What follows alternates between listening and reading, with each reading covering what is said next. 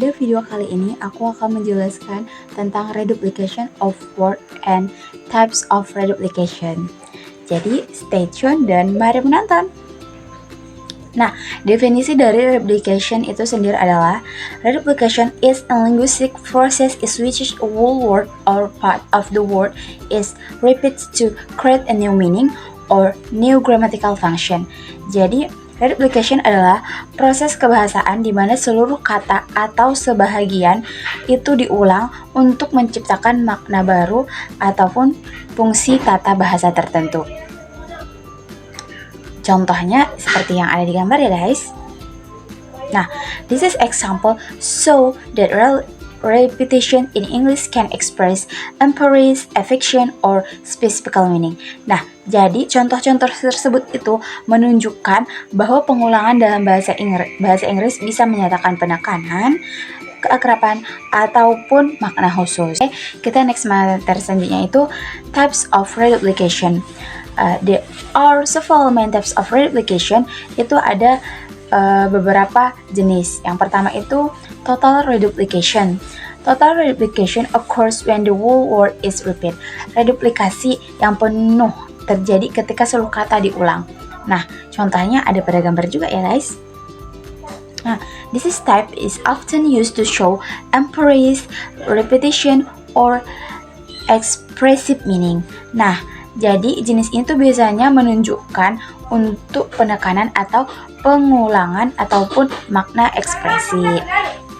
Nah, materi selanjutnya itu B, partial reduplication. Partial reduplication happen when only part of the word is repeated. Nah, reduplikasi ini itu sebagian terjadi ketika hanya sebagian kata yang diulang, hanya sebagian saja. Nah, contohnya itu ada pada gambar kita ya guys.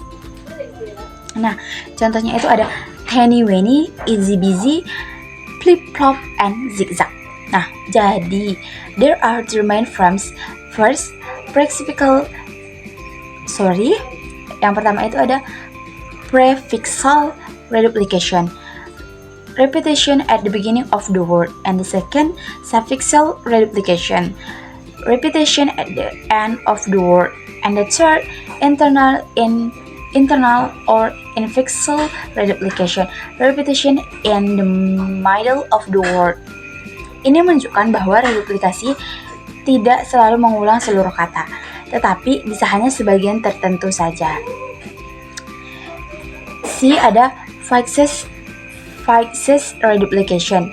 Nah, fixes reduplication of fixes unit such as one syllable is repeated. Nah, dalam reduplikasi yang ini ukurannya tetap, yang diulang hanya satu bagian tertentu seperti satu suku kata.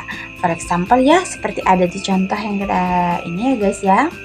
Nah, beberapa pun panjang kata aslinya bagian yang hanya tetap diulang ukurannya saja. Materi selanjutnya itu ada variable size reduplication. In this type, the size of the repeated part can change depending on the base word.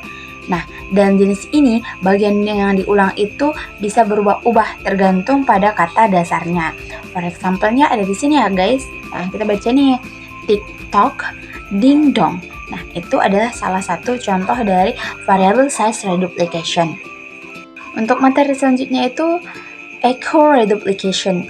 Echo reduplication is repetition with a change of sound in the second word. Echo reduplication adalah pengulangan kata yang mengalami perubahan bunyi pada keduanya. For example-nya itu ada di sini ya guys. Nah, contohnya itu mari kita baca.